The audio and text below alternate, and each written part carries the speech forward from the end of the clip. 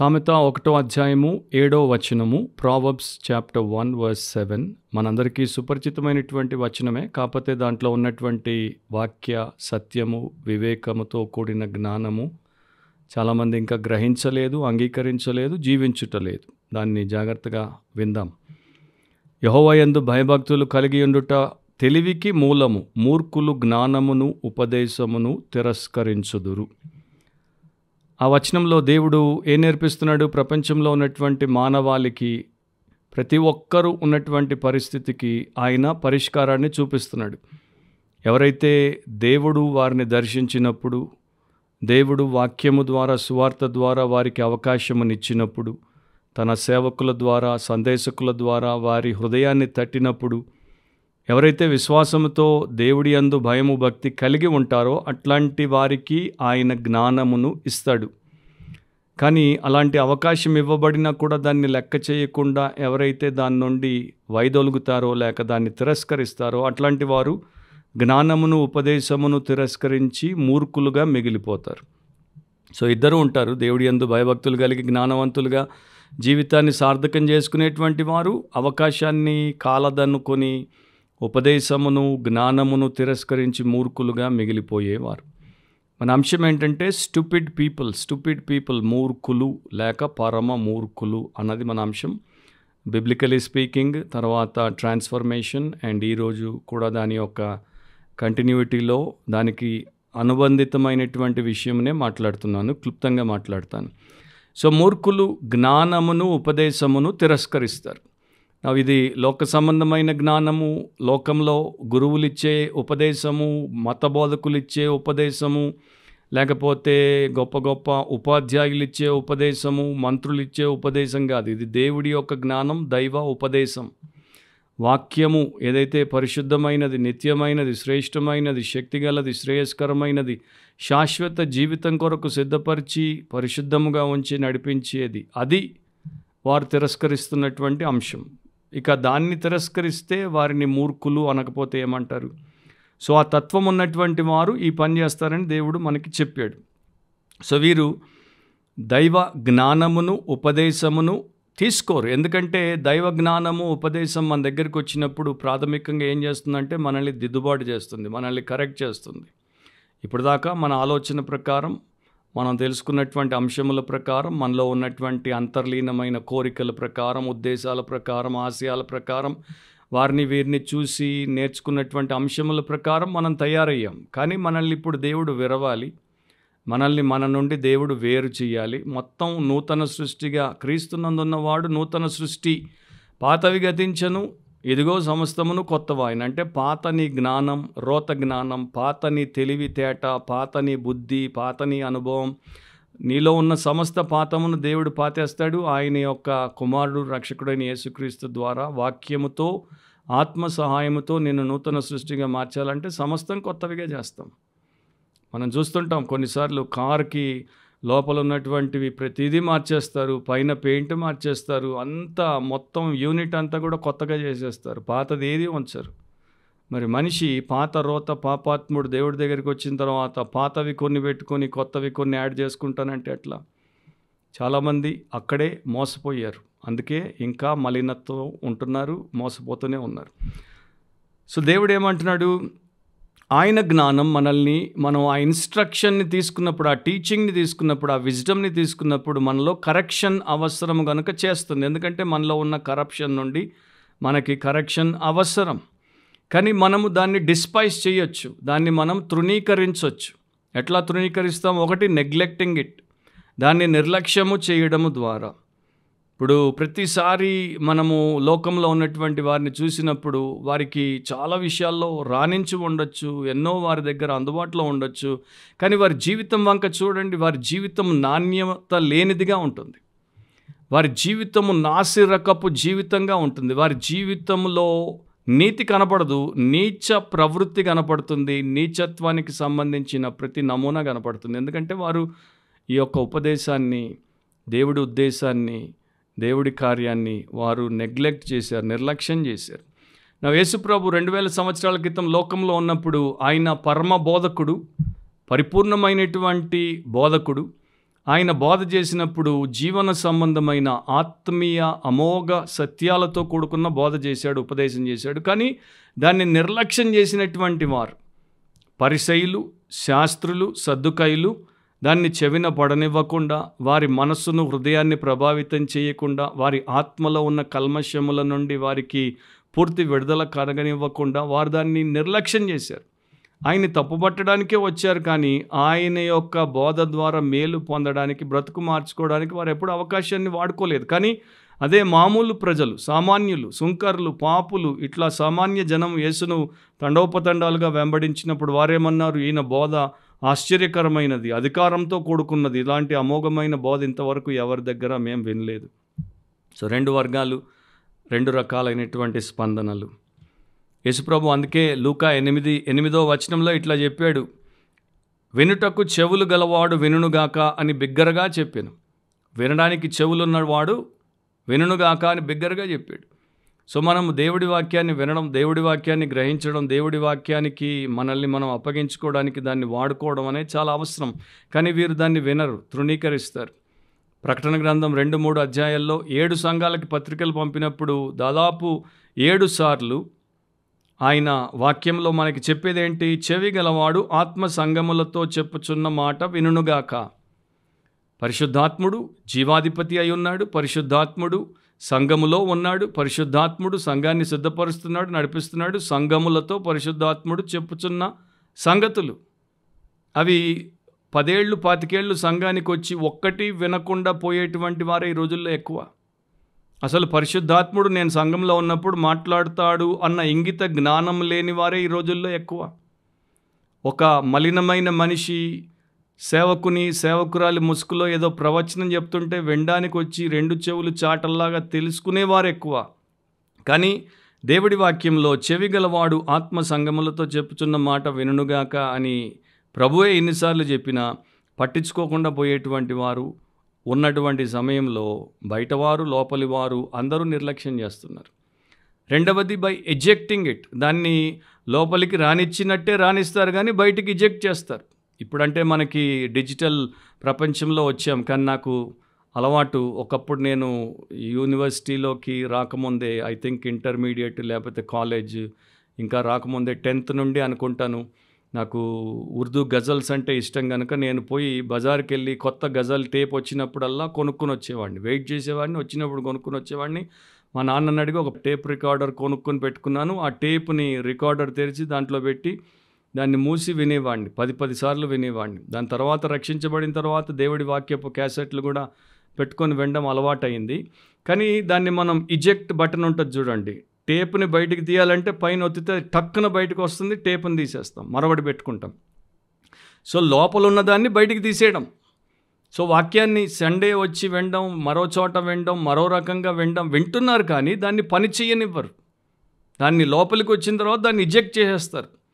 ఇలాంటి మనుషులు వాక్యానికి వ్యతిరేకుల కారు, ఎందుకంటే వారు మొదట తీసుకున్నారు, వారికి ఇష్టమే వాక్యాన్ని తీసుకోవడం, వినడం, చదవడం, తెలుసుకోవడం, రాసుకోవడం, చర్చించడం, కానీ లోబడ్డం ఇష్టం లేదు.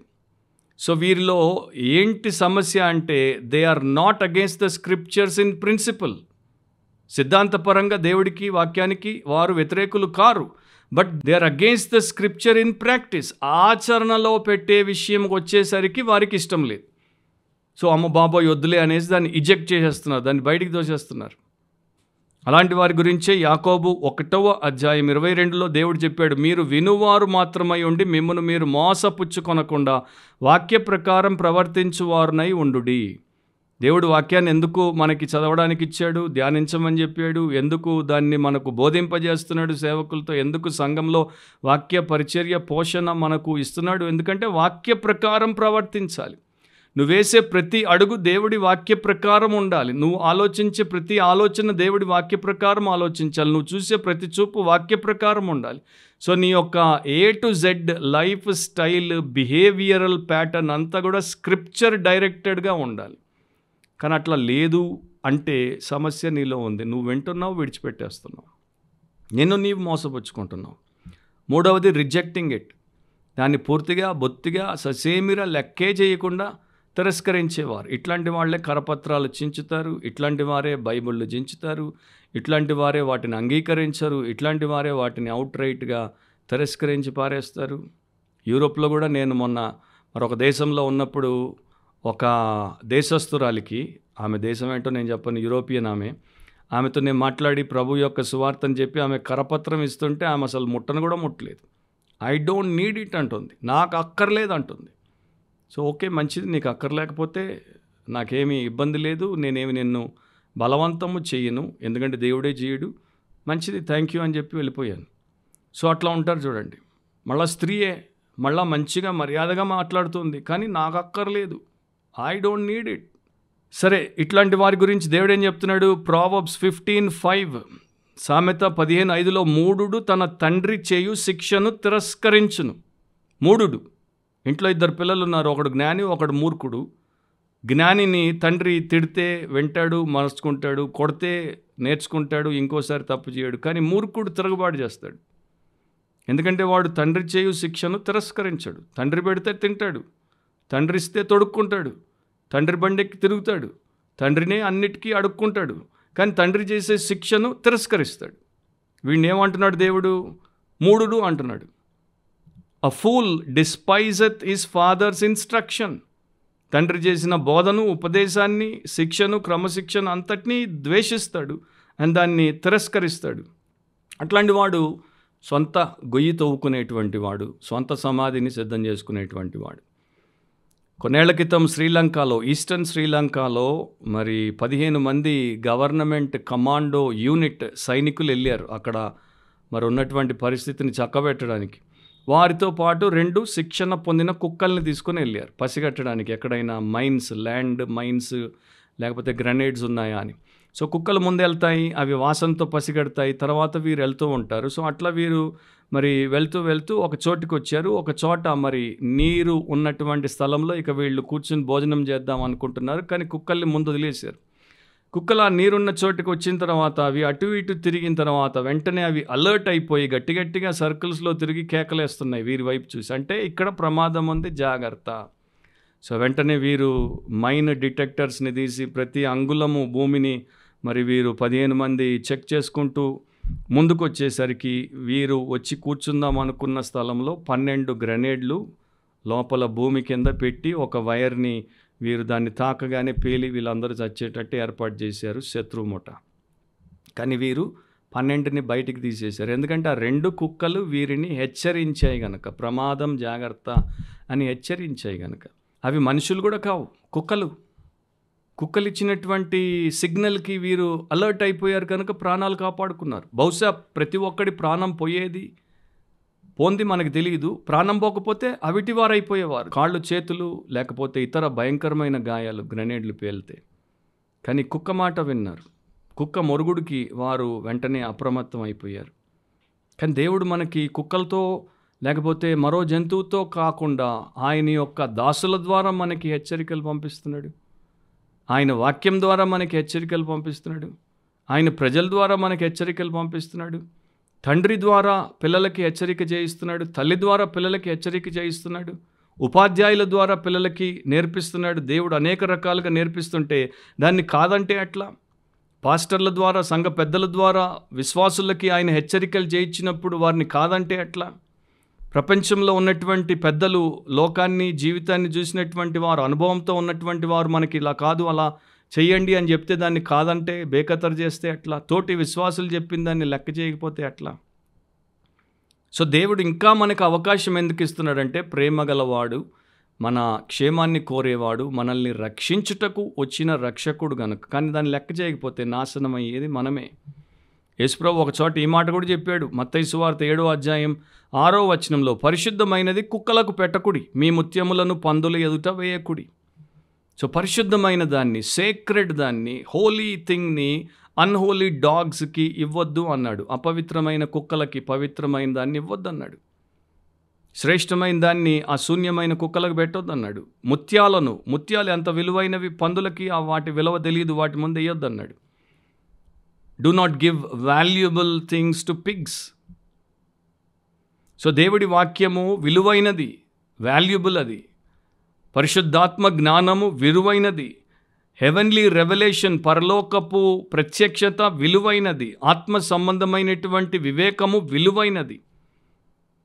బైబిల్ ఉపదేశము విలువైనది. దాన్ని ఎవడైనా లెక్క చేయట్లేదు అంటే వాడు ఈ కుక్కలాగా, ఈ పందిలాగే ఉన్నాడు.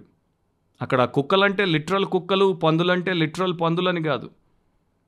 ఆయన దాన్ని వాడి ఈ సత్యాన్ని చెప్తున్నాడు. అట్లాంటి మనుషులు ఉన్నారు, వారికి దాని విలువ తెలియదు. కనుక వారికి మీరు 1-2 సార్లు ఇచ్చిన తర్వాత వారు పట్టించుకోకపోతే వారికి ఇక ఇవ్వద్దు అంటున్నాడు. మూర్ఖుడు వాటి విలువను గుర్తించలేదు కనుక తోసిపుచ్చుతాడు. థామస్ వాట్సన్ అనే ప్యూరిటన్ భక్తుడు ఇట్లా రాశాడు: దేవుడి వాక్యము చేసేటువంటి గద్దింపులు, ఖండింపులకు మనము లోబడుతున్నామో లేదా ఎట్లా తెలుసుకుంటాం? మన హృదయాన్ని క్షుణ్ణంగా పరిశీలన చేసి చూపించే పరిచర్య కింద మనం ఉండాలి. అంటే నిన్ను పూర్తిగా స్కాన్ చేసి నీ యొక్క సోల్ పిక్చర్ ఏంటో నీకు చూపించే చర్చిలో పాస్టర్ల ముందు నువ్వు ఉండాలి. నాకు మంచి డాక్టర్ కావాలి, నా బాడీలో క్యాన్సర్ సెల్ ఎక్కడా ఉండకుండా ఆయన పసిగట్టి తీసేయాలి. పైపైన చూసి డబ్బు తీసుకుని పంపే డాక్టర్ నాకు వద్దంటావు చూడు, అట్లాగే సోల్ డాక్టర్లు నాకు కావాలి అనుకోవడం ఎప్పుడో 100 ఏళ్ల క్రితం ప్యూరిటన్ చెప్పాడు. అండ్ ఆయన ఒక ఎగ్జాంపుల్ ఇస్తాడు: నా శరీరానికి ఉపయోగపడని పనికిరాని మందులు నాకెందుకు అంటాడు. నువ్వు సంఘానికి వెళ్తే పాపము నీలో ఉన్నదాన్ని వారు ఎత్తి చూపని పనికిరాని సంఘాలకు నువ్వు పోతే నీకేం లాభం? అవి నువ్వు పాతాళానికే పోతారు. కానీ నా మనస్సాక్షిని గుచ్చి, నా ఆత్మను గద్దించి, నా హృదయంలో మనసులో లోతుగా పడి ఉన్నటువంటి మాలిన్యాలను పైకి తీసి చూపేవారు నాకు కావాలి అనుకున్నాడు నిజమైన విశ్వాసి. సరే, అది థామస్ వాట్సన్ అనలేదు, నేను చెప్పాను. కానీ రెండవది ఆయన చెప్పేది ఏంటంటే, పాపములు, మన పాపములను వాక్యం ఎదుర్కొన్నట్లు మనం ప్రార్థన చేయాలి. నా హృదయంలో ఎక్కడైనా మోసపూరితమైన దురాశ ఉంటే అది దేవుడి వాక్యము పసిగట్టి దాన్ని నాశనము చేయాలని నేను ప్రార్థన చేయాలి. We do not want sin covered but cured. మనలో ఉన్న పాపాన్ని కప్పుకోవడం కాదు, మనలో ఉన్న పాపములను స్వస్థపరచుకోవడం మనకు కావాలి. అండ్ నేను నా యొక్క గుండెను తెరిచి దేవుడి వాక్యం అనే బుల్లెట్కి నన్ను అప్పగించుకొని నేను అంటాను, ప్రభువా లోపల ఇక్కడ నీకు కనబడే పాపాన్ని చంపు అని. అట్లా ఎంతమంది విశ్వాసులు ఉన్నారు? మీరు అట్లాంటి విశ్వాస? మీ పాస్టర్ మీలో ఈ తప్పు ఉంది, ఈ లోపం ఉంది, ఈ పాపం ఉందని మీ మీద శ్రద్ధతో, భక్తితో, ప్రార్థనతో దేవుడి కొరకు సిద్ధపరచడానికి మీకు చెప్తే ఆయన్ని పిడికిలతో కొట్టిపోయే రకమా? లేకపోతే అవును నేను ఈ పాపం చేసిన పాపాత్ముడని మీ రొమ్ములు గుద్దుకొని దేవుడి ఎదుట, సేవకులు ఎదుట తగ్గించుకునే రకమా? ఒకసారి ఆలోచించండి. మొదటి రకమే ఎక్కువ ఈ రోజుల్లో. సో అట్లాంటి వారు ఏంటి అనేది దేవుడే చెప్తున్నాడు. సామెత 9:9లో జ్ఞానము గలవానికి ఉపదేశము చేయగా వాడు మరింత జ్ఞానము నొందును, నీతి గలవానికి బోధ చేయగా వాడు జ్ఞానాభివృద్ధి నొందును. సో 2 రకాల మనుషులు ఎవరేంటో దేవుడే చెప్పేశాడు, దేవుడే తేల్చేశాడు. మేము చేయాల్సింది ఏమీ లేదు. జ్ఞానము గలవానికి ఉపదేశం చేస్తే నేర్చుకుంటాడు, నడుచుకుంటాడు, ఇంకా జ్ఞానం అవుతాడు. నీతి గలవానికి బోధ చేస్తే, నీతి యందు శిక్షణ వాడికి ఇస్తే వాడు ఇంకా నీతిలో పెరుగుతాడు. మూడుని ముడితే ముడుచుకుంటాడు, ముఖం మీద కొడతాడు, పోతాడు. సో దాంతోనే అర్థం అవ్వట్లా దేవుడు ఎవడిని ఎక్కడ పెట్టాడు, ఎట్లా చూపిస్తున్నాడు.